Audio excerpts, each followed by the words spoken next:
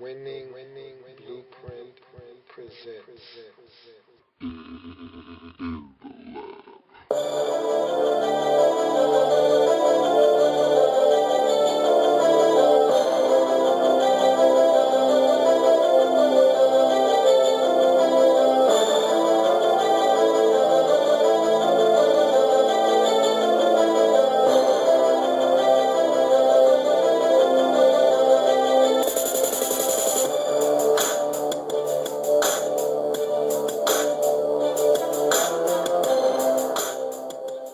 In the lab room.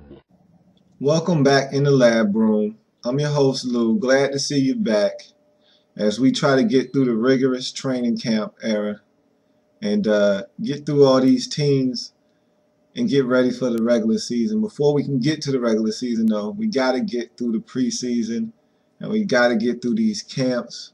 And I'm here to help you do that. So the next team that we're going to do a lab report on is the Dallas Cowboys, or America's team, as they like to call them. The Cowboys are an enigma.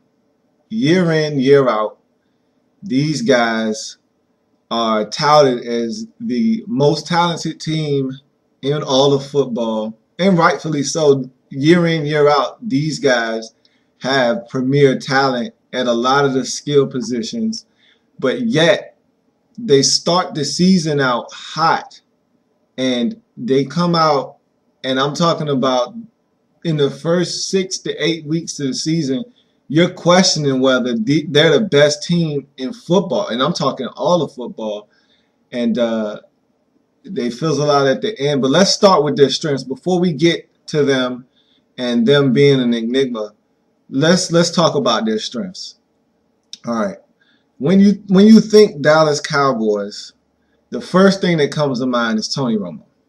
And a lot of people like to bash Tony Romo, his competition anxiety and things of that nature. And rightfully so. He's done some things in the past that make you think that the moment can be too big for him sometimes. But all in all, Tony Romo is an elite quarterback in this league. And people have to realize that. My dad is a huge Cowboys fan, and he always likes to think that they got to get rid of Tony Romo here soon. And I'm like, you don't want to do that. Cowboy fans are quick to forget where they came from before Tony Romo. I was watching Hard Knocks on the NFL Network as they were replaying it, and their quarterback situation was terrible prior to Tony Romo. Between Chad Hutchinson and Drew Henson, it was really bad. And so you don't want to go back there if you're a Cowboys fan. You have something good in Tony Romo. He is definitely a strength of your football team. And you're only going to go as far as his arm takes you. You have to keep him healthy. You saw how bad you guys were the season when he went down with that collarbone injury. Romo has to be healthy for this team to go wherever they're going to go.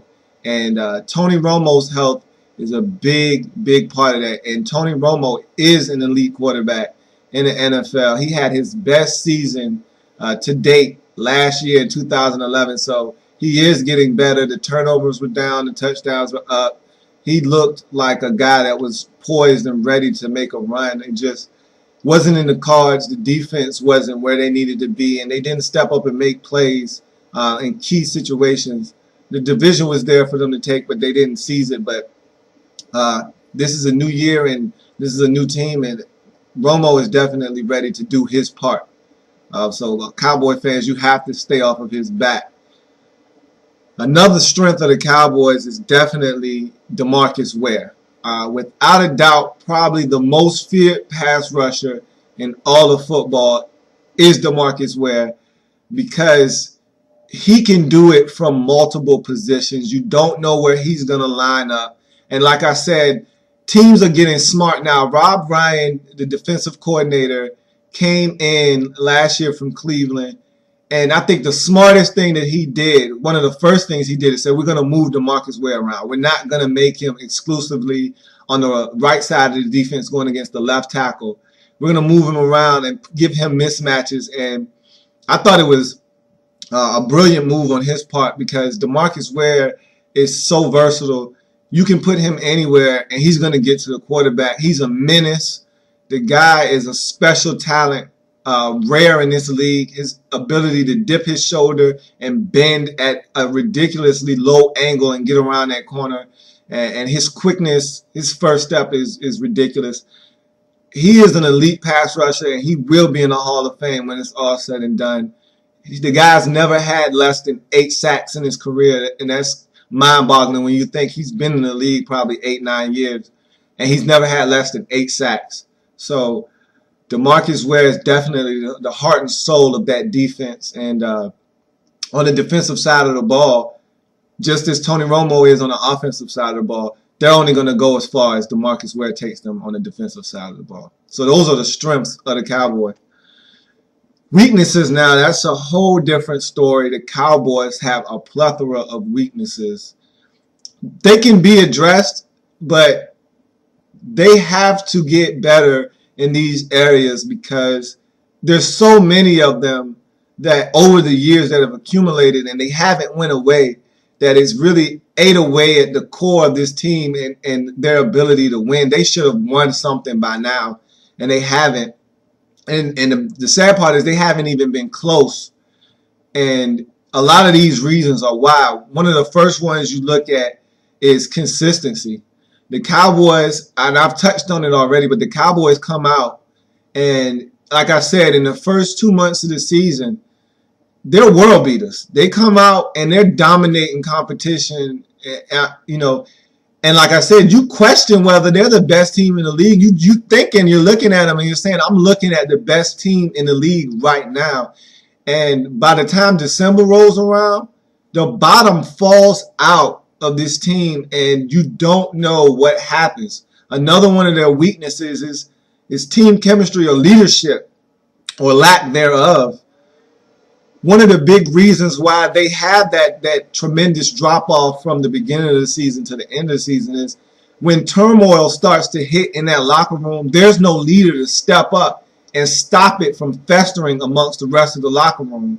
Dissension starts, and they start to struggle, and no one is there to stop that slide. They need someone to step up in that locker room and be that guy that's going to stop any kind of dissension or any kind of turmoil that may fester when things start to go bad. They have to have somebody step up, and I think Romo is starting to realize that no one else is going to do it. He's going to have to be that guy. Another aspect of the Cowboys that is really bothersome is their coaching. Wade Phillips was released last year as their head coach mid-season after they got just shellacked in Green Bay on national television. And he was one of those guys that he was a soft coach. He's a player's coach. You can't come in soft and then try to put the hammer down. It doesn't work that way in the NFL. And Wade Phillips he epitomizes what was wrong with the Cowboys. They didn't have any structure at the top. Jerry Jones, of course, is the owner, and he's a meddlesome owner. But their coaches have not been the best in recent memory. And J.C. Garrett took over after Wade Phillips was let go. And his problem is he's still a new head coach, kind of fresh. And his game management isn't always the best. There's been instances where I thought his game management actually cost the Cowboys a few games. Also, his play calling can be sketchy at times. Him being a former quarterback, you would think he would know the importance of the running game, but sometimes he gets away from the running game and likes to go in this aerial attack mode. And you can do that sometimes because Tony Romo, when he is hot, can get on a streak and can carry the Cowboys. But at the same time, you want to keep that balance. You got to find that happy medium and use it to your advantage. And sometimes I think he lets that passing game get a little bit too out of control. And I think the Cowboys usually they don't benefit from it in the long run. So that's definitely another weakness that the Cowboys have. Probably the most glaring weakness, though, on the field because a lot of those things are off the field things that they can control. Something on the field, though, that has been a problem for the Cowboys for years is their secondary. And I think it finally reached Jerry Jones's threshold of ineptitude this past year in 2011. They were just terrible in the secondary. And there's no other way to say it. They were one of the worst secondaries in the league. And continuously they got beat over the top.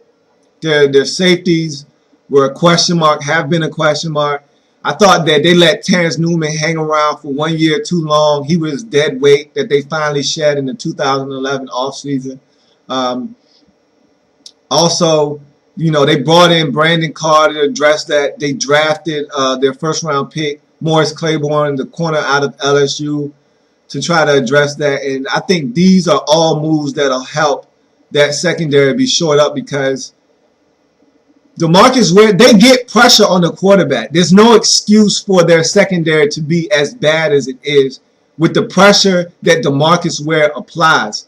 This guy is getting 15 to 18 sacks every season, and that's by himself. You got other guys along that defensive line. You've got Anthony Spencer on the other side of him that are creating pressure too. So they get pressure on the quarterback. So there's no reason why this secondary should be as bad as it is year in and year out. So with these moves, I think they'll actually find themselves in a better position come the end of the year if they can be consistent and they're the guys that they think they got when they signed them. So moving on to camp battles, Laurent Robinson was a surprise, a pleasant surprise for the Cowboys last year. He stepped up in that third wide receiver role beautifully for them, and his departure to Jacksonville leaves a gaping hole in that third wide receiver slot. And they have to fill that because Tony Romo goes to his receivers when he's not throwing the ball to Witten. He goes to his receivers exclusively. And he uses all of his receivers. He spreads the ball around. And so they need that third option. And another thing is Miles Austin will get hurt. Des Bryant will get hurt. So you need a third receiver to be there just in case one of those guys goes down and he can step in and start. The problem is they have a lot of guys that I'm not sure about. They're not household names. You don't know these guys. And like I said, just like Victor Cruz came in last year, Victor Cruz came in and solidified himself as a starting wide receiver in this league. It can be done. You can have a guy step up and come into your slot position and take over and be reliable for you, like Laurent Robinson did. But Laurent Robinson had experience in the league. He was a former early draft pick, so the talent was there. They just had to get it out of him. These guys, we're talking undrafted guys. We're talking late-round draft picks. So the thing about it is the Cowboys have to assess which one of these guys can be that next guy for them. You have Andre Holmes. You have Danny Cole, who they drafted in the 6th round out of Virginia Tech. I actually really like this guy.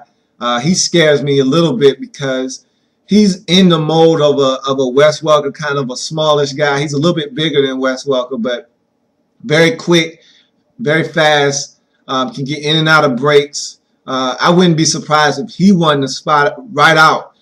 He was looking good in the offseason, in the OTAs. He broke his foot, and he had to sit out. He missed the beginning of camp. He's back now, so I don't know if will be a setback for him, being that he missed, the beginning of camp. But if he can come in and pick up where he left off at OTAs and minicamp, I would look for him to get a lot of playing time at that third wide receiver spot. They also have Raymond Radway, who was a big camp standout last year. So, I mean, they have guys in the mix. They really wanted Andre Holmes to come in and, I think, solidify himself as that third receiver this year. He started out on the wrong foot by not passing the test at the beginning of camp. He was one of those Cowboys that failed the conditioning test, so he got off on the wrong foot. I don't know if that'll be a hindrance for him or not, but moving forward, you just got to keep your eye on that third wide receiver position in the preseason and see how guys are doing. The Cowboys also went out and got some guards. This is a different Cowboys team you're going to see on the field in 2012. They replaced both of their guards from last year. They went out and signed Mackenzie Bernardo from the Carolina Panthers. They went out and got Nate Livings from the Cincinnati Bengals, and they look to put these guys right in and start. Both of these guys are about fourth or fifth year guys, so they've been in the league. They've got experience. They look to plug these guys in right away. Bernardo, interestingly enough, he actually injured his hip and had to have surgery. You got to watch these hip guys. Your hip is nothing to play with, especially when you're offensive lineman. See Jamal Brown in Washington. These hips are really fragile, and when you injure your hip and have to have surgery on it, it's always a cause for concern. He's back now, but you got to keep an eye on that. They've got a couple of guys behind him that were looking to vie for that spot if he can get back healthy, in David Arkin, and they have another guy, Ronald Leary, their rookie. But I think Bernardo is going to be the starter. I know he's going to be the starter if he is, in fact, healthy. If he is not, I think that they like David Arkin, and he would be the guy that would replace him at that guard spot. Also, there is an inside linebacker spot. The Cowboys drafted Bruce Carter out of North Carolina last year with their second-round pick. And they really didn't get anything out of him last year. And I don't know if they really were trying to or not, but they didn't get anything out of him. But this year, the battle at inside linebacker for the spot next to Sean Lee is basically a position battle of upside in Bruce Carter versus experience and essentially the consistency that Dan Connor brings. They brought in Dan Connor from the Carolina Panthers to shore up that middle linebacker position, and he's just a consistent football player. He's not gonna beat himself. He's not gonna be in the wrong position. He's gonna be where he's supposed to be, and he's gonna make the routine plays. And so Connor is somebody that could start, but the Cowboys really want Bruce Carter to come in and solidify that position, go in and take that position by the horns and become their starter at that middle linebacker position next to Sean Lee. But I'm going to tell you what, Dan Connor is going to give them every reason possible to start him at that middle linebacker position. So you got to keep your eye on that as well. I'm going to tell you what, though, I think Carter is going to get the nod there because they love his athleticism, and they really are looking for a jolt of athleticism along that linebacking core. But both of them are going to see time at linebacker this year. So regardless of who wins the position, both of them are going to see time at that inside linebacker position anyway. So we move on to the rookies now in the rookie watch. As we all know, the first round pick of the Cowboys was the cornerback Morris Claiborne out of LSU. They're looking for big things from him because that secondary was so bad last year. They're looking for him to come in and start. He's had a rocky camp already. He's already hurt his foot. He had broken his wrist. So he's had a couple of things he was dealing with. Strained his MCL. He's going to be out for about a week or two. They're just going to be cautious with him. They don't want anything to happen to him because they need him this year and they need his performance this year. So look for him to be in the mix, definitely starting out wide at cornerback opposite Brandon Carr, who they picked up in free agency. Also, the Cowboys did not have a second-round pick as they traded up in the draft to get Morris Claiborne, so they didn't have a second-round pick. So you go to their third-round pick.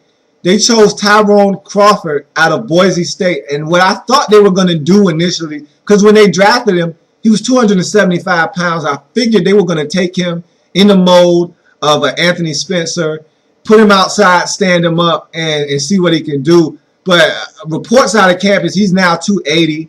And I think they're going to take him and make him a defensive lineman, put his hand in the ground, move him around. They've been playing him at D-tackle, out at defensive end. So I think they're going to move him around, try to get him on the field as much as possible. So I don't know if he's going to really have his hand off the ground at all. But they're looking to play him this year. He's going to get some time this year on the field. Also, the Cowboys had 2 fourth-round draft picks. The first of which was Kyle Wilber, outside linebacker, Wake Forest. That was more of a depth pick.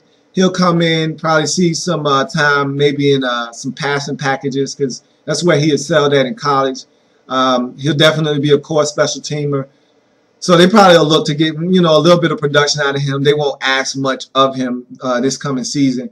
They also had another 4th-round pick, and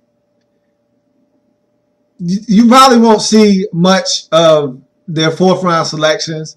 However, Matt Johnson was the other 4th-round selection. And I thought he had some promise, and he's the safety out of Eastern Washington. And I thought that he might see some significant time at strong safety. I thought he actually had a chance to start. They liked what he did in college. And, that's always the question when you're dealing with a guy who went to a smaller school, because he was dominant at college. And you always ask yourself, was he playing against good enough competition? And I thought they were going to give him a chance to start because the Cowboys had brought in Brodney Poole, and they had Barry Church from last year. Well, they got rid of Brodney Poole. That was one of Rob Bryant's guys from Cleveland. He had experience with his brother Rex in New York. And so I thought that was a guy that was going to stick around. They got rid of Brodney Poole. Barry Church is looking like the favorite out there at the strong safety position. So I don't think that you'll see a lot of Matt Johnson like I thought you would have early on. The Cowboys had an interesting 6th-round pick. Tight end James Hanna from Oklahoma. Another one of these guys that you draft and stash. And I'm going to tell you what, he was very productive at Oklahoma, and he's a guy that you could definitely see moving forward. In the future, Whitney's getting up there in age. This could be the next best thing at tight end for the Cowboys in the next 2 or 3 years. Keep your eye on James Hanna moving forward. Camp battles. We already went over camp battles. So now we're going to get into the experiment. And this experiment is called, how about them Cowboys? All right. That's one of my dad's favorite sayings. How about them Cowboys? This year, the Cowboys have to be better in a myriad of areas. And so we're going to start with their research question, which is, can Tony Romo and his revamped Dallas Cowboys team make it back to the playoffs and beyond? The Cowboys just won a ticket to the dance. Everybody's talking about Super Bowl or bust. How about you just get to the playoffs and see what happens? You can't win a Super Bowl if you don't make it to the playoffs. They need to just get a ticket to the show and see what happens once they get there. They won their first playoff game about 2-3 years ago against the Eagles in about a decade. So stop talking about Super Bowl or bust. Just get to the playoffs, see what happens when you get there. The hypothesis is, if Tony Romo and DeMarcus Ware can get consistency out of their respective units, the entire season, this is from September all the way through December into January, then the Cowboys will have a chance to make the playoffs. Again, consistency is the key with these guys. They usually start out well, fizzle off towards the end of the season. They have to be a consistent group from the beginning of the season all the way to the end of the season. All right, materials needed for this to be accomplished. Good Tony from September to December, that's already been chronicled. We've already talked about that. You need DeMarcus to seek and destroy as he's done for so many years and would continue to do. I don't see why he won't continue to put up 15, 16, 19 sacks. This year, he'll definitely be a force to be reckoned with. You don't really have to worry about DeMarcus Ware. He's going to produce. It's all about the other players around him and what they're doing. Improved play from the secondary. You definitely got to have that. And with the move they went out and made, they expect that. So look for that to happen. Consistency from the running backs. I honestly am not a big DeMarco Murray fan. I don't trust his injury history. He looked good last year in spells. I mean, he went off for like 200 and something yards against the Rams. It was the Rams. But in a lot of games, he was able to be silenced. I think that the fans are putting a lot on him and they expect a lot out of him. I'm not really sure about this guy. He's got to show me more. I don't trust Felix Jones at all. Neither do the Cowboys. That's why there were talks about them wanting to trade him. So if they get production out of their running backs, it's mainly going to be DeMarco Murray. But I think, honestly, as a group, they need a collective effort from them for production because I really don't trust DeMarco Murray. But they need better play calling as well and more consistent coaching from Jason Garrett. He'll get better as a coach as time goes by, but the play calling has to be more consistent. There have been talks about him letting somebody else call the plays. Bill Callahan is in, and he's helping with the offense and especially the running game. Excuse me. So there's questions and there's grumblings, and there's a legit reason why, because sometimes he can get a little spotty with his play calling. He has to be better for this team to move forward. Anybody step up for that third wide receiver position. Tony needs a third receiver. He's got to have it. If you guys don't have a third receiver, especially with the injury history of your receivers, you could be in some serious trouble this year.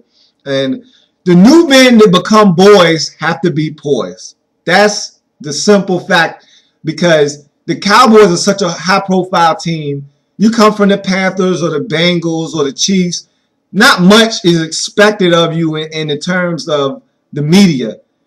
This is some hype that you've never seen before. You have to come in and play some of your best football as a Dallas Cowboy because the lights are bright when you're in Dallas. Simple as that. The hard numbers, the data that they need to succeed. Tony Romo needs a shade over 4,000 yards passing, right around 4,050 yards, about 30 to 33 touchdown passes, 10 to 13 interceptions, and about a 66.5 completion percentage. All right. Des Bryant needs about 69 to 77 catches for about 1,100 receiving yards and 9 to 12 touchdowns. Miles Austin is looking about 62 to 71 catches for about 1,015 yards and 7 to 9 touchdowns. And he needs a bounce back year. They need Miles Austin to show up this year. Jason Witten has been the ever steady, ever reliable player for the Cowboys. You're looking for 67 to 76 receptions, 785 to 885 yards, 5 to 8 touchdowns. I got the Cowboys running backs as a group down. I don't have DeMarco Murray down. That's how much I don't trust him. I have the Cowboys running backs down for 375 to 400 carries, for 1,800 yards and 9 to 11 rushing touchdowns total. The Cowboys defense needs to force about 30 to 33 turnovers, have about 40 to 45 sacks, and with DeMarcus Ware on your team, you're already halfway there. They're going to get 40 to 45 sacks. And about 19.8 points per game. They gave up a shade over 20 last year. They could get that under 20. Again, the Cowboys can be explosive on offense. They're going to score about over 20 points a game. So if you can get the defense to keep the other team under 20 points, you're going to win a lot of games. 7 to 9 plays of 40 yards or more on the defense. Somewhere in there, the Cowboys were a little inconsistent on that. They were right in that same range. Last year, again, the league average is right around 7. So if you can stay right around there, you're probably doing fine. And I think they will do that with the improved secondary. The independent variable is the secondary was porous last year. It's been chronicled. We know that. They got rid of some dead weight. They got new guys in there. They got to be better. I think they will be better moving forward. The independent variable is definitely the revamped Cowboys secondary. Brandon Carr, free agent pickup from Kansas City. Morris Claiborne.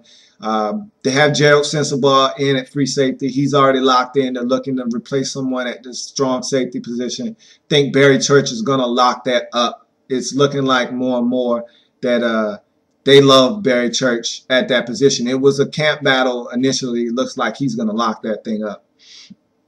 Dependent variable, because the secondary is better, and it's reciprocal, really.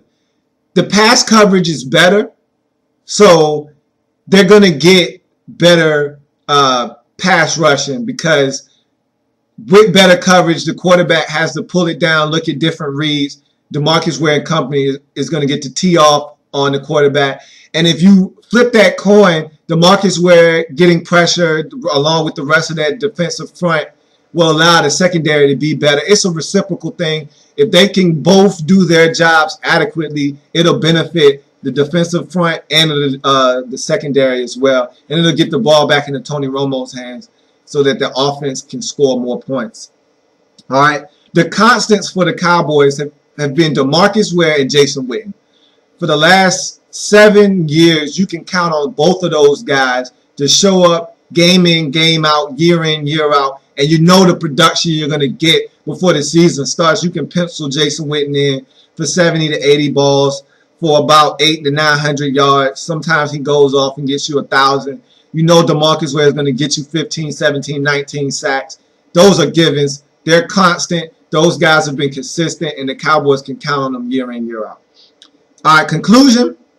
The Cowboys don't have the continuity that you would like from a team that is going to be competing for a playoff spot. Continuity is so big in the National Football League, and they got a lot of new pieces, and I just don't know if you can go and learn how to gel on the fly. It's very tough in this league. Again, the NFC East plays a tough schedule this year. A lot of the teams, they play Pittsburgh, they play Baltimore, Cincinnati. Depending on where you were in the division last year, you're going to have a tough opponent who you're playing in the NFC. I just don't know if the Cowboys will have enough juice. This isn't the year, Tony Romo was saying he's so excited this year, looking forward to this team. I don't know if this is one of the most talented teams the Cowboys had in recent memory. I just don't feel that way. They've been talented more so in the past than they will be in 2012, in my opinion. And with that being said, I see the Cowboys being 7-9. Now, look, if the ball bounces their way in 2012, they could easily be 11-5. But I don't see it happening. But I tell you what, football is a game of inches. If they could get a couple of turnovers to go their way, a couple of calls to go their way, guys stay healthy, they could be 11-5. But I got them going 9-7 and just barely missing the playoffs. All right, so that's going to wrap up the Cowboys. After this lab quiz, we're going to come back and you're going to get the Redskins. Lab quiz.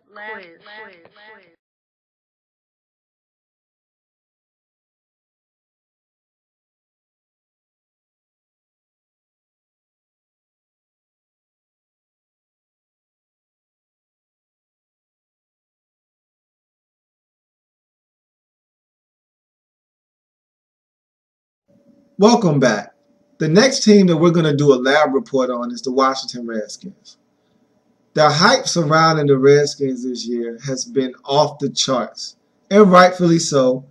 For the first time in a long time, we have something we haven't been able to lay claim to, and that's hope. Hope for the future, hope for the present. We have hope in Robert Griffin III. We have a quarterback that can be the face of our franchise for the present and moving into the future. It is a beautiful thing. We haven't seen what he can do on the field yet in the NFL, but the hope that he brings to the table for this franchise, for this fan base, cannot be measured. It's priceless. With all that being said, let's get into the strengths of the Washington Redskins. The first strength being a weakness from 2011.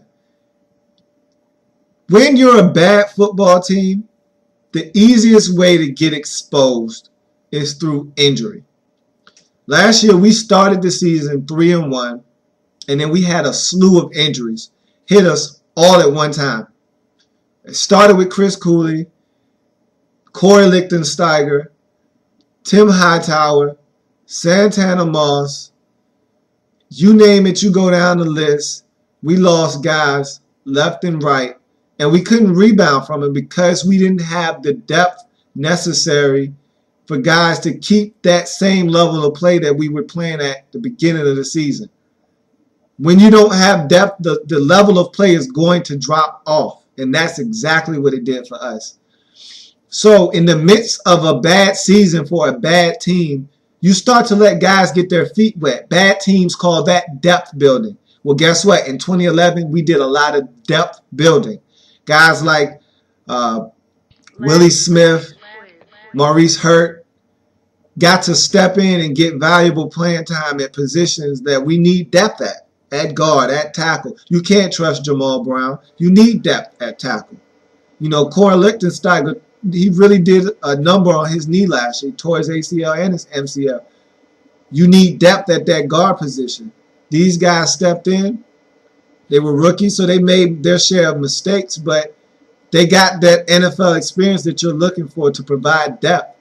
What Mike Shanahan and Bruce Allen have done since they've come in is revamp this roster top to bottom, and it needed to be done. We were one of the least talented teams in the league when they got here. They've come in last 2 seasons and had a total of 21 draft choices, and all of them made the team last year, and I venture to think that at least 5 or 6 of them are going to make the team this year. So you're looking at about 18 to 19 hungry young players that come in and are going to infuse this roster with youth and exuberance and talent. And after that, you look at the free agent acquisitions that we've made, whether it be Pierre Garçon, Josh Morgan, Josh Wilson from last year, Stephen Bowen from last year, Barry Cofield from last year. Even this year, all the safeties that we brought in, Tenard Jackson, Madieu Williams, or, Brandon Merriweather, we've brought in a lot of guys that are going to provide depth for us at key positions, and we need it because we're a team that's looking to build toward the future. I thought Mike Shanahan made an interesting comment when asked about last year having to make cuts. He said it was too easy. It was too easy to get to 53 players last year. And so that lets you know, that gave you some insight into the fact that we didn't have any depth last year. So I think that with all these acquisitions and free agency and all the draft choices that we've made and all the guys that got to play and got valuable experience last year, depth has turned from a weakness into a strength. The next strength that I think we have is Mike Shanahan. Being a 2-time Super Bowl winning coach, he has the pedigree that resonates with players. He's been to that mountaintop and he's conquered while he was there. The players know this and he has the hardware to prove it. Some might say, well, he had John Elway. I counter with this. John Elway went to 3 Super Bowls before he got with Mike Shanahan. He was 0-3. Mike Shanahan got with John Elway. They won 2 Super Bowls. Coaches can take you to that next level. Mike Shanahan took John Elway to that next level, of course, along with Terrell Davis. But Mike Shanahan has the pedigree. He's come in. He's changed the face of this franchise, and I think we're moving in the right direction. And you have to think of Mike Shanahan as a strength when you look at this football team moving forward. Also, a strength for this team is London Fletcher. London Fletcher has been the heart and soul of this football team for the last 4 years. At age 36 last year, he led the league in tackles. The man plays like a 25-year-old trapped in a 37-year-old's body. It's amazing the things that he can still do on the football field. He's the leader of this team in the locker room and off the field as well. London Fletcher is definitely a strength of this football team. Just to give you some perspective, the NFL Network did its top 100 players in the league voted on by the players. And the Redskins only had 1 player on that list. Coming in at number 87 was London Fletcher, the 37-year-old linebacker for the Redskins. And what that says is the players thought that he was the best player on our team. And that's the truth. He was the best player on our team. He was last year, he was the year before that, and the year before that. And so, moving forward, London Fletcher is a strength, and we hope that he can continue to be a strength for us. But that moves us to weaknesses. And the Redskins have plenty of weaknesses. We're going to start with that same depth that I mentioned earlier.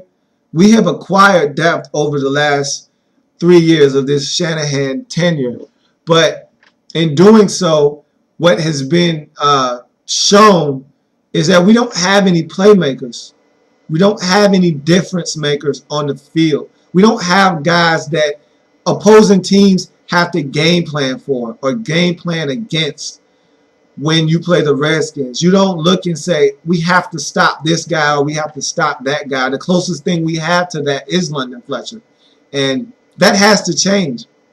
I thought early on in his first 2 seasons, Brian Orakpo was going to be that guy, and he still can be. He's very young. He still has a lot of growing to do, but he didn't take that step from his second year to his third year that I thought he should have taken. And it's all because he doesn't show us different moves. He doesn't have a plethora of moves in his arsenal. All he has is the speed rush with a rip. And you have to be better than that. You have to spin off of that. You have to use the bull rush, which he does in certain instances, but not enough. He doesn't alternate. He doesn't give you a hard step outside, back, inside.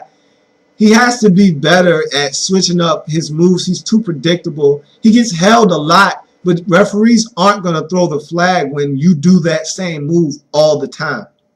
They get accustomed to seeing you getting held, and they just ignore it after a while. So Orakpo has to be better in that sense, and I'm looking for him to be a playmaker. He needs to step up. We need somebody to step up. Maybe Pierre Garçon can be that guy. Maybe Josh Morgan. Somebody has to step up. I thought Fred Davis last year had an opportunity to be that guy. Before he got suspended, he was on his way to going over 1,000 yards receiving last year. He was having that type of season. But in that same breath, he's not a Jimmy Graham. He's not a Rob Gronkowski or a Jeremichael Finley who's going to go up in traffic and double teams and snatch the ball out of the air. He's not that kind of guy. We saw that in the Eagles game when Rex threw it up to him. And I thought that Fred could have came down with that pass, but that's not his game. His game is getting in and out of breaks, separating from linebackers and safeties, and catching the ball in tight windows, in traffic, but not when he has to go and leap up and make a catch. He's going to make plays in the passing game, but I need him to take that next step as well and become a playmaker. We need guys to step up and be true difference makers on this team. Another weakness for the Redskins is definitely the quarterback position. Now, we've addressed that thoroughly in the draft by drafting Robert Griffin III and by drafting Kirk Cousins. However, none of these guys have produced on the field yet as a Redskin, so you can't just automatically say that that's no longer a weakness. Until we see that on the field, that production on the field, you got to assume that we still are at the bottom of the pack in the NFC East in quarterbacks. Last year, it was a joke. The fact that this time last year we were talking about Rex Grossman versus John Beck, that was a weak argument. That was a weakness in itself. So we've made strides from last year to this year, but still we need to see that production on the field in order to say that that is not a glaring weakness of this team. Another weakness, and quietly, I don't think a lot of people focus on it, is the slot corner for us. We have really been picked on in the slot for the last 2 or 3 years. And a big reason why is Kevin Barnes. Teams have went into games and said that he is a guy that we can consistently pick on. They've looked for Kevin Barnes, consistently found him, and exposed him. They find the dreads, find the receiver that he's covering, and they throw the ball to him, and they've been successful in doing that. Kevin Barnes is a big guy. He's a physical corner who likes to get his hands on receivers, but he struggles out in space because these shifty receivers beat him off the line, and he can't recover. He's not fast enough. Mike Shanahan already came out and said that he's going to move Kevin Barnes back out wide this year because that's where he's the most comfortable. And I agree with that. But we need a slot corner. We went out. We got Cedric Griffin in free agency to see if he can shore that up. Also drafted a corner out of SMU.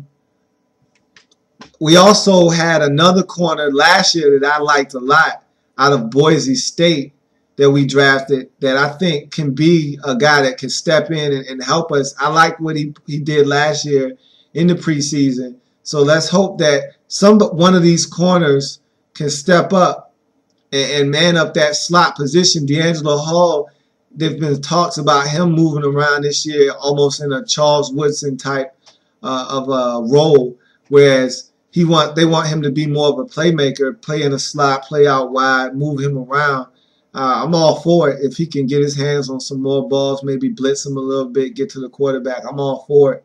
But that still doesn't address the slot position altogether. And so we need someone to step up and take that slot position over and be consistent there, because that's been a weakness for the Redskins for the past 3 years. Another weakness is safety. And we attempted to address this issue with the quantity over quality method. We went out and got Madu Williams, Brandon Merriweather, and Tenard Jackson in free agency. And none of these guys are elite players by any stretch of the imagination. But what they do or what they can do is come in and provide depth and give us something that we haven't had, and that's young guys who can grow together in the position. Brandon Merriweather, although he's been on about 4 teams already, he's still a relatively young guy. He's been to a Pro Bowl. He's shown that he can play in this league. What he has to do, because he's basically locked in as the strong safety, what he has to do is stop headhunting. He can't lead with the crown of his head. We can't afford 15-yard penalties. I can't stand reckless 15-yard penalties for hitting a defenseless receiver, or leading with the crown of your helmet to helmet contact. I can't stomach 3rd and 12 incomplete pass, but we get a 15-yard personal foul penalty and they get an automatic first down because you couldn't control yourself. He has to be better in that aspect. And I think they've already been drilling him on that, so I don't know if that'll be a problem. But that safety position, someone's going to have to step up and make plays back there, because LaRon Landry and O.J. Atogwe were the safeties last year, and we thought that they were going to be the tandem that was going to move us into the future. 16 games later, neither one of those guys are here. So someone has to step up. There's been turnover at that safety position, and so someone has to step up. And I'm going to tell you right now, Redskin fans, get off of Reed Doughty's back. That man is a core special teamer.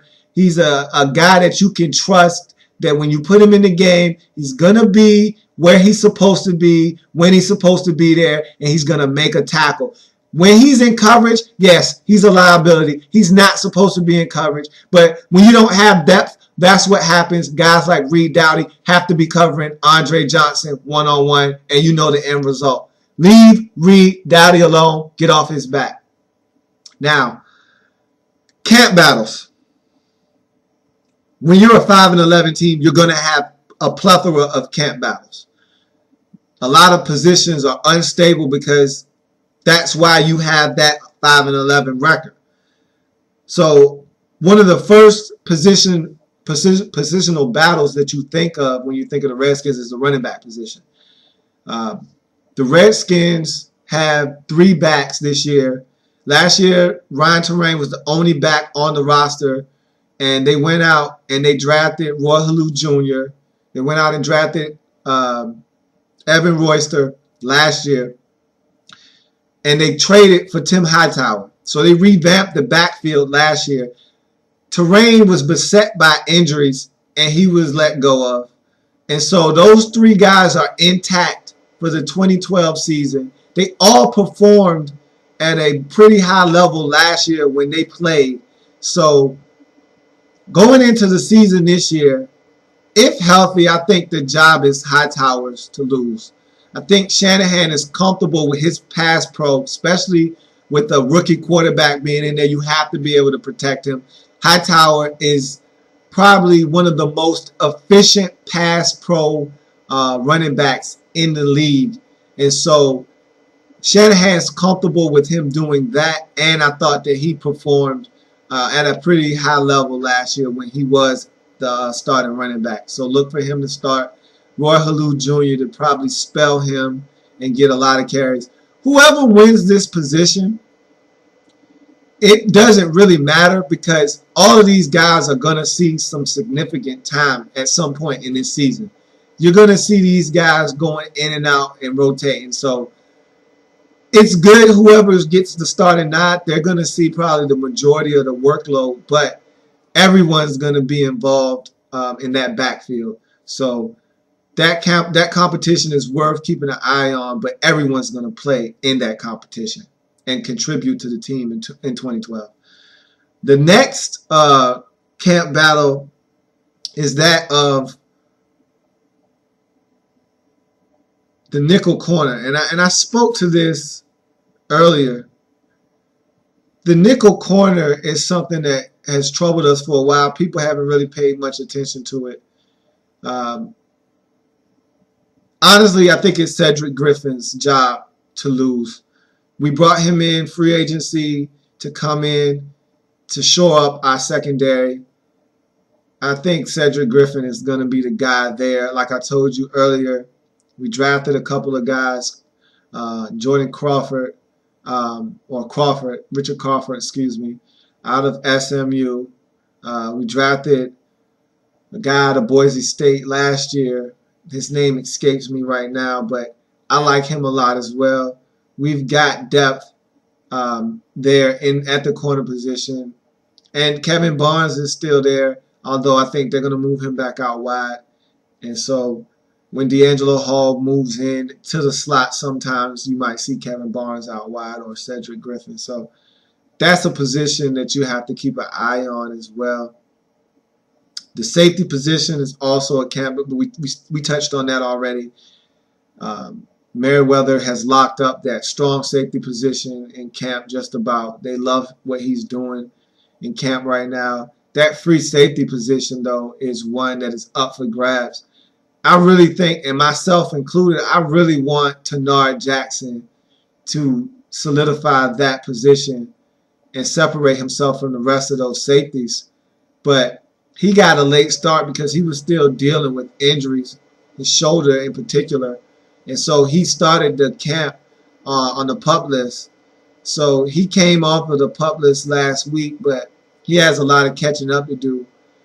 They've been talking a lot about Madu Williams and his smarts and him being like a quarterback back there. That's all fine and well, but he's a ninth year guy, but he doesn't scare anybody. He's not overly athletic. It's a reason why he's been around the league. I don't really want him starting. He's cool to be a depth guy.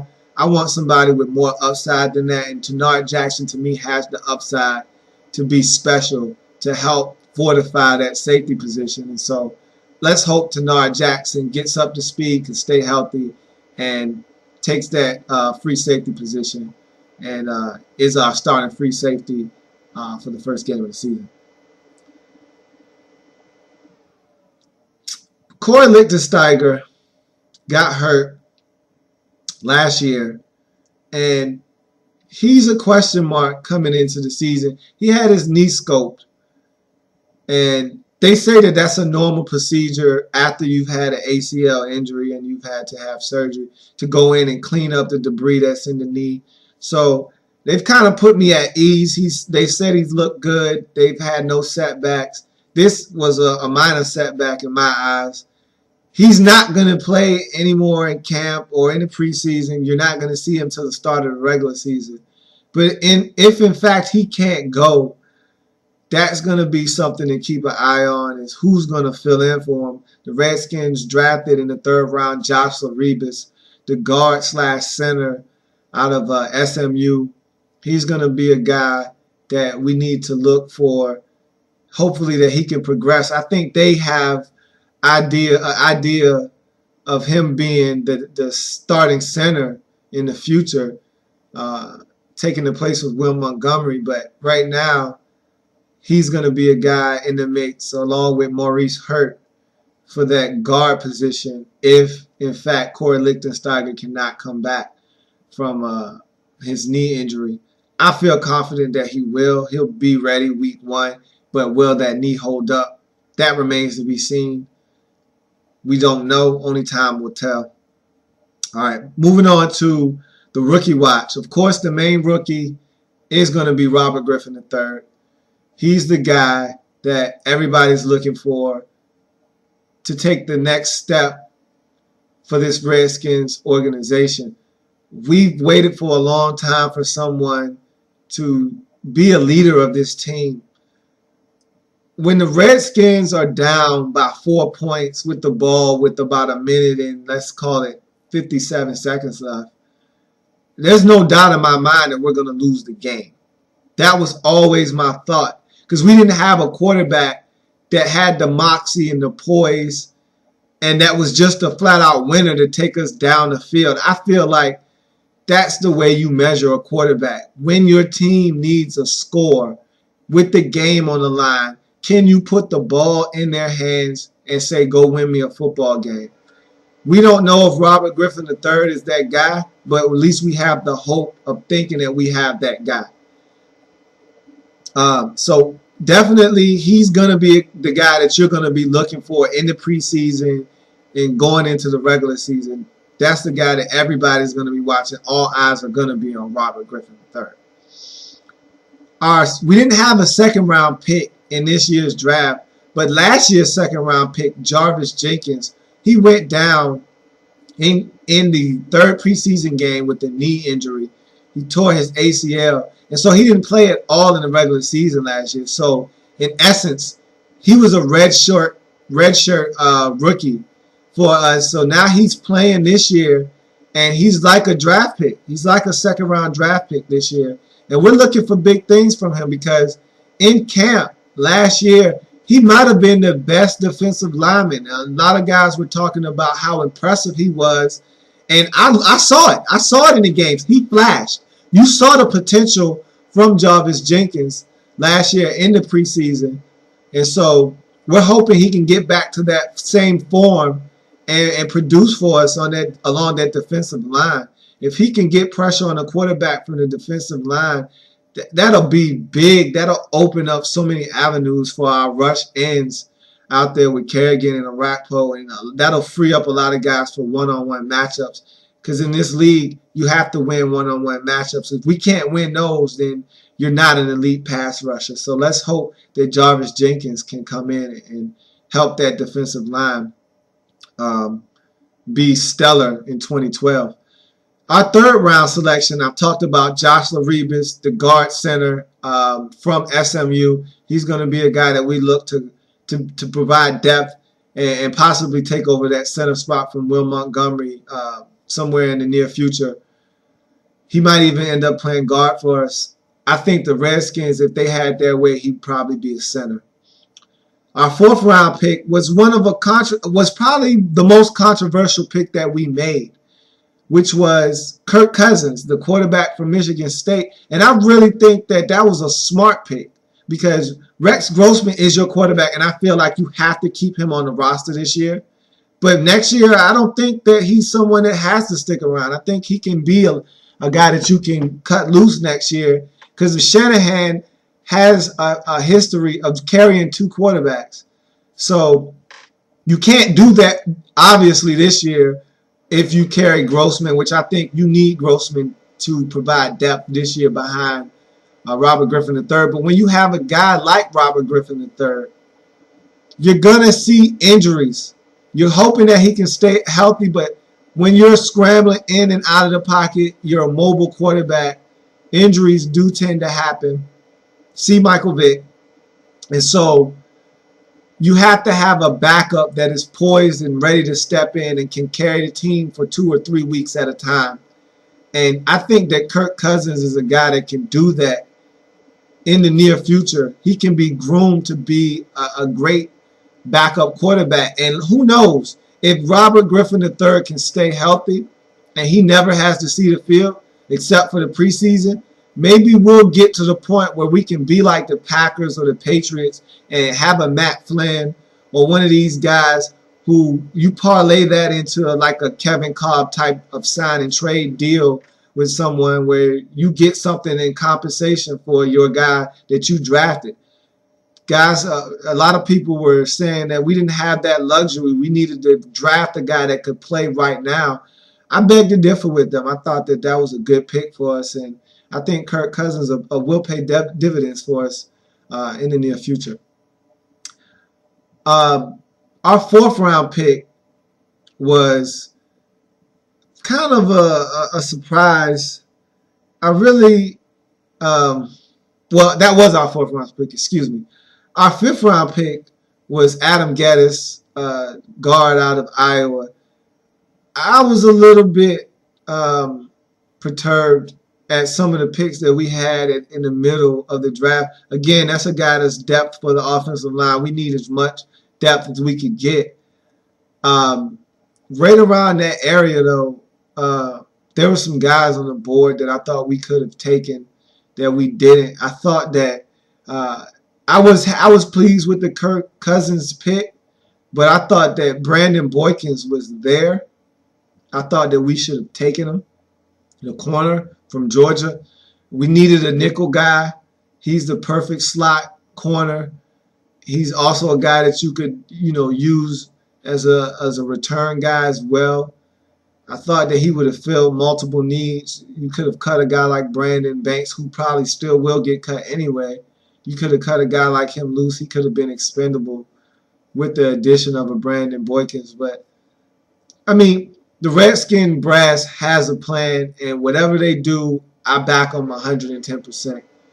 So the back half of the draft, to me, was a wash. We got a lot of guys that will contribute either on special teams or we actually just got a lot of depth in that back half of the draft. Guys that might not even make the roster, we might try to stash on the practice squad. So that's going to wrap up the rookie watch. Moving on to the experiment, which is titled Braves on the Warpath. And let's hope that's what we are this year, Braves on a Warpath. Let's hear the fight song 1,000,000 times this year. The research question is as follows, and I think that this is the question that you have to ask yourself as a Redskin fan. What is a successful season for Robert Griffin III, and can he live up to the heightened expectations and even exceed those and help the Redskins reach the playoffs? Okay. I think that if the ball bounces our way and he is as advertised, it can happen. Stranger things have happened. My problem is people looked at the season that Cam Newton had last year and they want to take Robert Griffin III and say, well, he should put up, those type of numbers. No. What Cam Newton did last year was out of this world. His numbers were out of this stratosphere. Astronomical numbers is what Cam Newton put up last year. You will probably never see another quarterback come in and be the dual threat that Cam Newton was last year. Breaking tackles, scoring rushing touchdowns, throwing the ball 60 yards down the field with the flick of his wrist, reinvigorating Steve Smith's career, passing for over 4,000 yards, rushing for about another 600 to 700 yards. You're not going to see that duplicated again. What he did last year was sensational. He is must-see TV. We're hoping that Robert Griffin III is must-see TV. He will be starting out, but in order to become and continue to be must-see TV, he has to perform. So that takes us to the hypothesis. If the supporting cast can help relieve Robert Griffin III and take some of the pressure off of him, and he is as advertised, then the Redskins can sneak into the playoffs. And I think that is a legitimate opportunity there for us if he can be the quarterback that we traded up to get. And the run game can support him. He can go off, play action fake, get out of the pocket, bootlegs. People can't stay at home. They got to bite down on that play action fake, that bootleg. He can get out of the pocket and have the option to run or throw the ball. We can be a dynamic offense. We went out and got guys to supplement the offense. Like I said, Pierre Garçon, Josh Morgan, Leonard Hankerson is coming back off an injury. Santana Moss, Chris Cooley is finally healthy. You got Fred Davis. I think Niles Paul in that tight end / H-back position, he's a wild card. Look for Niles Paul to be somebody that can create mismatches on the offensive side of the ball for the Redskins. He could be somebody that is intriguing, that could be a real difference maker for the Redskins if he's utilized properly. If Robert Griffin III is given opportunity to play in front of a line that can protect him, a running game that can support him, and guys that are making plays around him, this team could conceivably sneak into the back door of the playoffs. Highly unlikely, but it's possible. Materials needed for this to happen. Of course, improved QB play, and we expect that. Rex Grossman threw over 20 interceptions last year. The combination of him and John Beck, they were terrible last year. We can be better at quarterback. I expect us to be better at quarterback. I felt like if we were better at quarterback last year, there are a number of games that we could have won. The 2 Cowboys games definitely come to mind. That Patriots game. The Jets game, you look at that and you see the score and you think you lost by 2 touchdowns. We were in that game in the fourth quarter with a chance to win. There's several other games. You could even go with the Minnesota game as well. There were games that we could have won had we had better quarterbacking play last year. So I definitely think that is something that we have to have to even have a chance to make the playoffs. Also, safety, stability. We need somebody to step up in those safety positions. Like I said, the Redskins I hope Tanard Jackson holds down that free safety spot. They've already basically locked in Brandy Merriweather at strong safety position. We need those guys to solidify that position so that is not a glaring weakness of the team moving forward in the future. Game changers need to emerge. We need guys to step up and make plays. We need difference makers. We don't have them. We need to get them. In order for us to take that next step into competing for the NFC East crown, we need guys to step up and be difference makers. Everyone in the NFC East has legit difference makers except the Redskins. We need to address that. Somebody has to step up and fill that void. Opportunistic defense. We don't cause or force enough turnovers. We forced a lot of fumbles last year, weren't lucky enough to pounce on a lot of them. But where we're lacking is we don't get interceptions. We haven't been a team that gets interceptions. We haven't been in the past. And we haven't been since Sean Taylor passed away. We don't get interceptions. We don't get our hands on enough balls. We don't bat enough balls in the air. We don't tip passes. We don't create short fields for our offense. It's so hard in this league to go 13 plays, 85 yards, 11 plays, 79 yards for touchdowns, because so many things can go wrong in the course of a drive. You need to create turnovers, shorten the field, get off the field on third down, create a short field for your offense so they don't have to go so far, so those field goals can turn into touchdowns. Complementary run game, and I think we'll get this year. I thought the line played exceptionally well towards the end of the season, and that wasn't even with the full complement of our offensive linemen. I think the line will be better this year. And I thought that Halou Jr., he showed up throughout last season. Royster was big at the end of the season. We have guys that can carry the football and be productive in this league. I'm not sure if we have a home run hitter. I think Halou can be that guy, but I want to see someone from that group emerge and be a threat every time they touch the ball. The guy with the best opportunity to do that would be Roy Halou Jr. O-line consistency.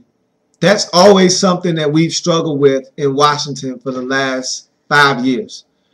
Guys are going in and out of the lineup. We're not getting continuity, whether it's Trent Williams serving 4-game suspension, Jamal Brown with his ailing hip, Corey Lichtensteiger tearing up his knee.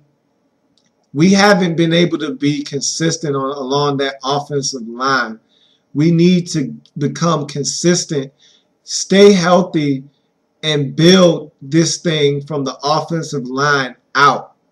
If we can find a way to do that, build some consistency, start to gel, build that continuity that it takes to become a good team, we can be a force to be reckoned with in the pass game, in the run game, and we can start to make noise in the NFC East. Special teams be special. Our special teams is anything but special. We fail to make plays on special teams. You know, I'm not saying we need to be the Bears and return a punt every 3-4 games for a touchdown. But what I'm asking is, can we get one a season? Can we get the ball consistently returned to the 40? I applaud Brandon Banks for not fumbling and not allowing the ball to hit the ground and bounce down to the 2 and 3 yard line and getting the offense trapped. But he's not being a difference maker that we thought he could be, that he was in 2010. He was electrifying in 2010. Last year, we got absolutely nothing out of our special teams. That has to change, because there's a big difference between starting at your own 13 versus starting at your own 47. You're 2 first downs away from possibly being in field goal range.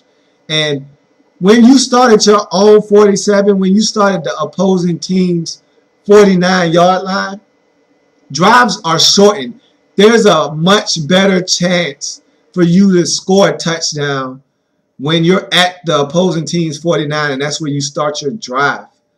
You know, the whole playbook is open to you at the 49-yard line versus the 13, where you want to be more conservative because you don't want to turn the ball over. We have to be more special in special teams. We need to put the special back in special teams. And we got to be better at the simple things. Blocking, field goal protection. We were horrendous in field goal protection last year. Graham Gano missed 10 field goals, and 5 of those were blocks. We can't have that. How many teams in the league can say they had 5 kicks blocked? Not many. We might be the only one. We can't have that. That's not something that can continue in 2012. They have to shore that up. All right, the hard data. These are the numbers that we need these players or groups collectively to have in the 2012 season for the Redskins to be successful. Robert Griffin III, and I'm going to call him Robert Griffin III because his mama named him Robert. I'm going to call him Robert.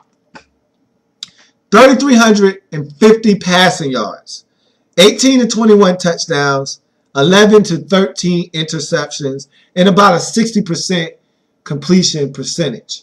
I'm looking for 400 rushing yards and maybe 6 rushing touchdowns. And I think all of those are feasible numbers. Probably with the exception of the completion percentage, I wouldn't be surprised if that was sub 60%. Because as a rookie, it's hard to complete 60% of your passes. There are a lot of veterans out there that don't even complete 60% of their passes, let alone a rookie. But with him getting in and out of the pocket, a guy that's very accurate in the intermediate routes in the short passing game, I don't see why he can't reach 60% passing on the season. I think people are looking for Cam Newton numbers for him. Don't think Cam Newton, think Andy Dalton type numbers from Robert Griffin III this year. That's more realistic. That's more reasonable. Those are numbers that we can win with. If he can post those type of numbers, we might get the same results that Andy Dalton got in Cincinnati, which was a playoff berth. Pierre Garçon, looking for 69 to 77 catches for about 1,070 yards. 6 to 8 touchdowns. What's interesting for Pierre Garçon is he had 900 and about 45 yards receiving last year, with arguably the worst quarterbacking group assembled in the NFL last year. What he was able to do with the lack of talent that he had at quarterback was special. And I think that's what led the Redskins to think that this guy could come in and be the answer as far as being a playmaker is concerned for the Redskins offensive unit. And that's why they went and got him. Let's hope he can have a breakout season and finally reach that 1,000-yard plateau. I think he will. Fred Davis. We're looking for 67 and 73 catches for about 785 to 905 yards and 5 to 8 touchdowns. I think this is going to be a breakout season for Fred Davis. He was on the cusp of having one last year. He probably would have reached 1,000 yards had he not been suspended. Those numbers have to come down because there are more weapons. Last year there weren't any weapons. He was the go-to guy. I'm thinking that in the short passing game and even down the middle of the field, Robert Griffin III is going to look for Fred Davis because after the running game, a tight end is a rookie quarterback's best friend. So look for Fred Davis to have a breakout season, and I wouldn't be surprised if he eclipses the numbers that I have for him on this sheet. Redskins running backs. I don't have a specific running back listed because as a group, you're going to see the Redskins running backs perform. You're not going to see one guy emerge probably above the rest of the running back group. You would like to, but realistically, I think they're all going to be right around the same number of carries, right around the same number of yards. And so with that being said, look for 375 to 400 carries for about 875 yards and about 11 total touchdowns from that group. The defense needs to force more turnovers. Like I said, the Redskins only had 13 interceptions last year. That's not going to get it done. You have to get more turnovers, shorter fields for the offense to work with, and you have to scare other teams to let them know that you can't just throw the ball on us. You can't just sit back in the pocket and expect to have time and not have to worry about possibly turning the football over. We have to be more aggressive. We have to force more turnovers. 28 to 31 turnovers is what the Redskins need to accomplish their goal of being a more disruptive defense. 42 to 47 sacks. The Redskins were right around that area this year. They had 42 sacks on the season, so it is very feasible for them to be right in that range. With Kerrigan having another season under his belt, with the addition of Jarvis Jenkins along that defensive line, don't be surprised if that number actually escalates to right around 45 to 48 sacks. 19.8 points a game is what I have the Redskins giving up in 2012. And that's important because with Robert Griffin III at quarterback, we might be able to score points. I think he's going to help us in the red zone.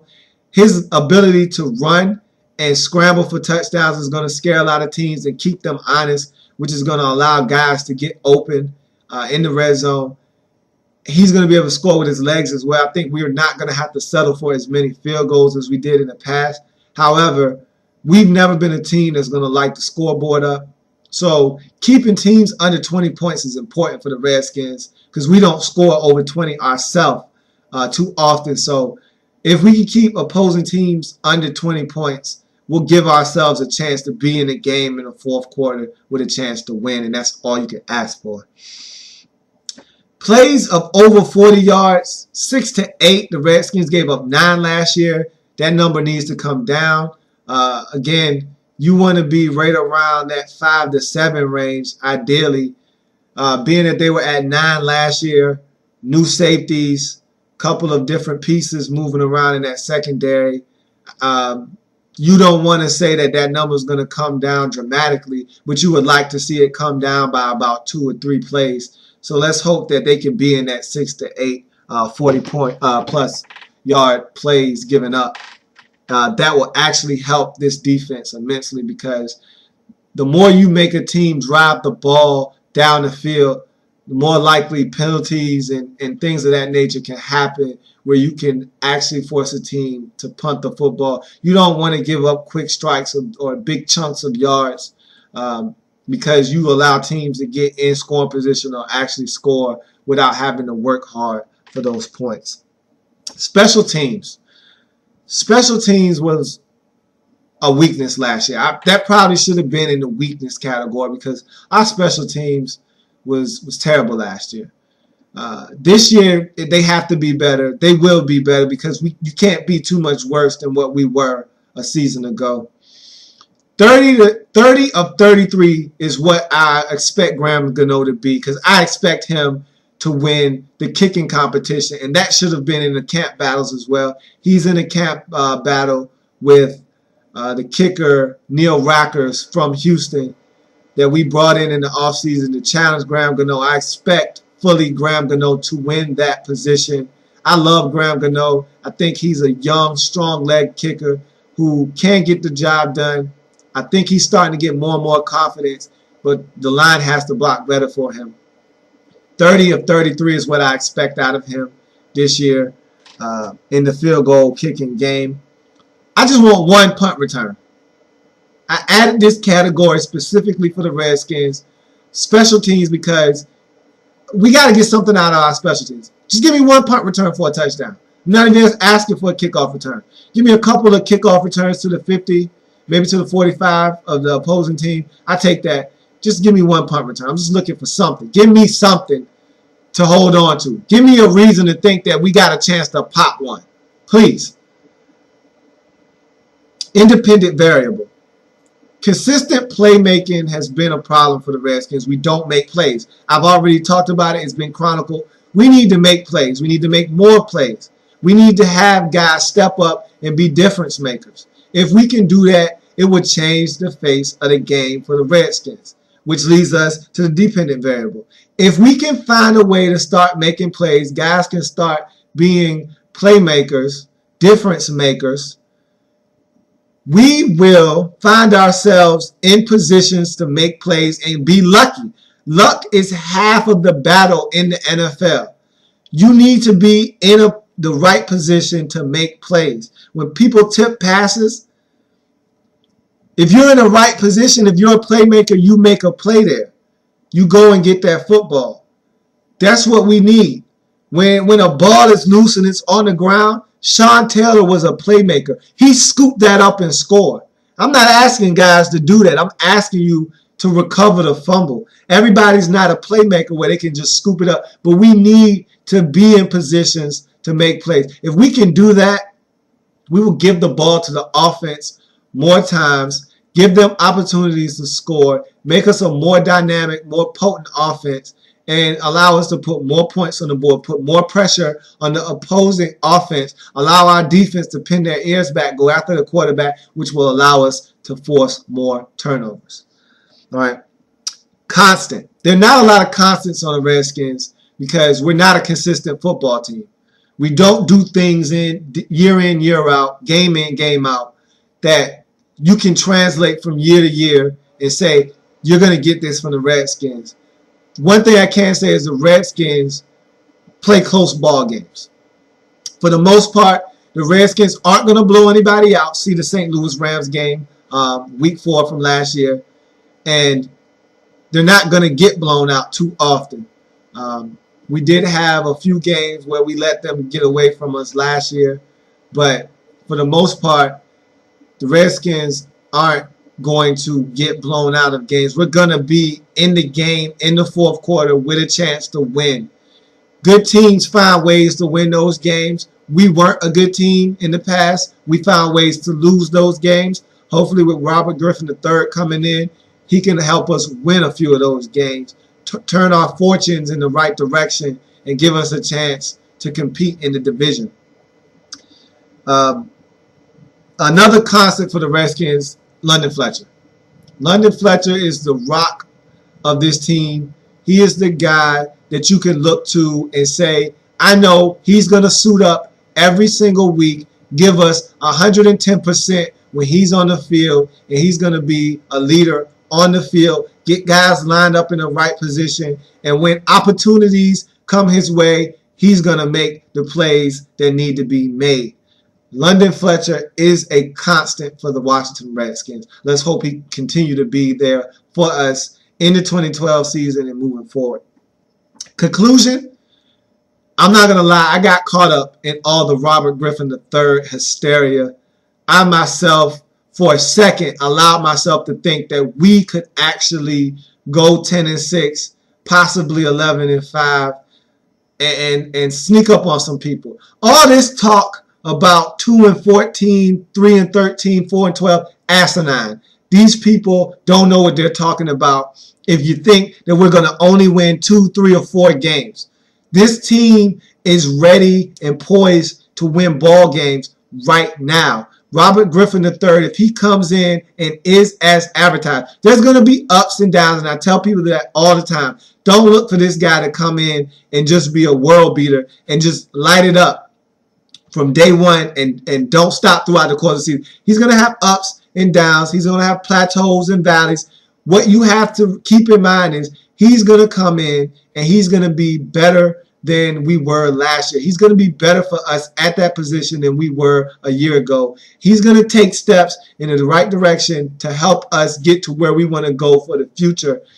And I had to reel myself in because I was talking reckless. I was thinking, hey, man, maybe we could do this. And then reality slapped me. Wake up. You're not winning 10 games this year. Stop it. Take your 8-8. Be happy with that. That's a step in the right direction.